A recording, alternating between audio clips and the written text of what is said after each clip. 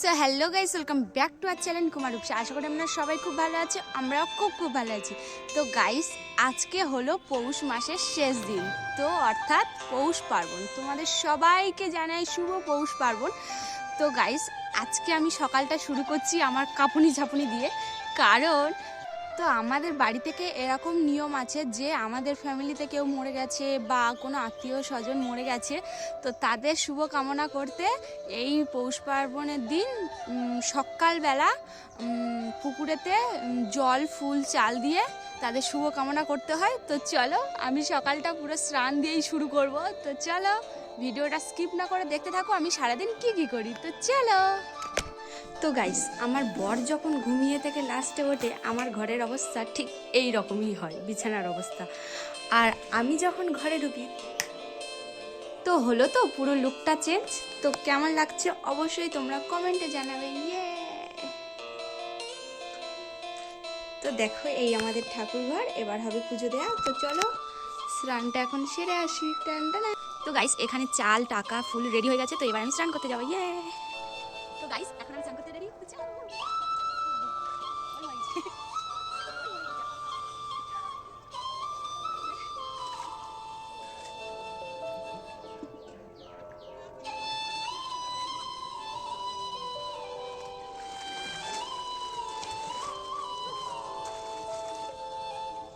তো গাইস, আমাদের এখন হচ্ছে আমার শাশুড়িমা বানাচ্ছে ঘরের চালের দেওয়ার জন্য বিউনি।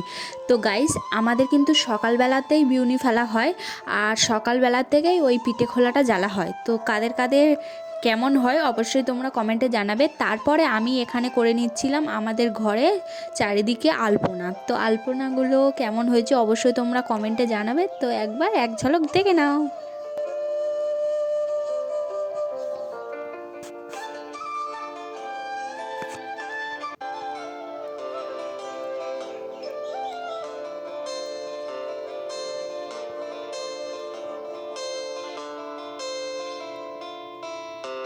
তো এরপরে আমার যা দিয়ে দিচ্ছিল ঠাকুরঘর। তো ঠাকুরঘরটা সারা হয়ে গেছে, আর আমাদের কিন্তু ওই সকালবেলাতেই পিঠে করা হয়। তো অন্যান্য পিঠে সব রাতেই হয়, কিন্তু এখন সকালবেলা পিঠে করা হচ্ছে, তার জন্য এখন পিঠে খোলাটা জ্বালা হয়েছে। আর এইটা তো জানো সবাই, সবার বাড়িতে এই পিঠেটা আগে বানাতেই হবে। আর এই পিঠেটা বানানোর পর আমরা কিন্তু আগে খাই না, আগে আমাদের সবার স্মরণ করে আমাদের পুকুর ধারে পিঠে আর গুড় দিয়ে আসা হয়, তারপরে আমরা পিঠে খেতে পারি। তো চলো, এখন আমার ভাসুর গিয়ে দিয়ে আসছে।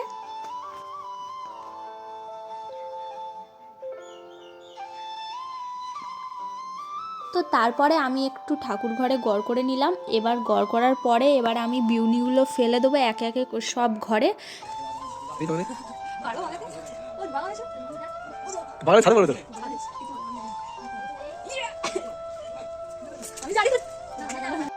তো গাইস, আমাদের বাড়ির কাছে পৌষ পার্বণের দিনে গঙ্গা পুজোর উপলক্ষে একটা বিরাট মেলা হয়, আর সেখানে তো ঘুড়ি ওড়ানোর প্রতিযোগিতা হবেই। তো চলো আমরা সেখানেই যাচ্ছি, আর ফার্স্টে দেখাই মা গঙ্গা মাতাকে।